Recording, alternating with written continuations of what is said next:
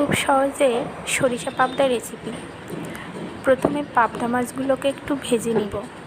তারপর গরম তেলে জিরে ও আদা বাটা, একটু লবণ ও হলুদ দিয়ে হালকা করে ভেজে নিব।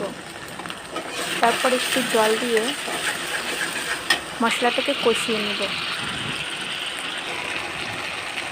কষিয়ে নেওয়ার পর সরিষা, কাঁচামরিচ, লবণ ও হলুদ দিয়ে বেটে রাখা মিশ্রণটি দিয়ে দিব।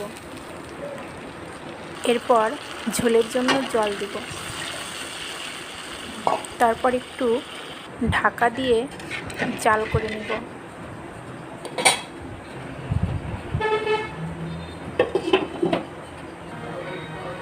ঝোলটা ফুটে এলে তখন মাছগুলো দিয়ে দিব।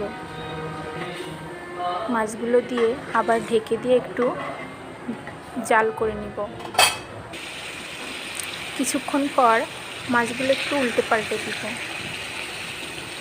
এরপর আরেকটু জাল করে ঝোলটা শুকিয়ে এলেই তৈরি হয়ে গেল সুস্বাদু সরিষা পাবদা।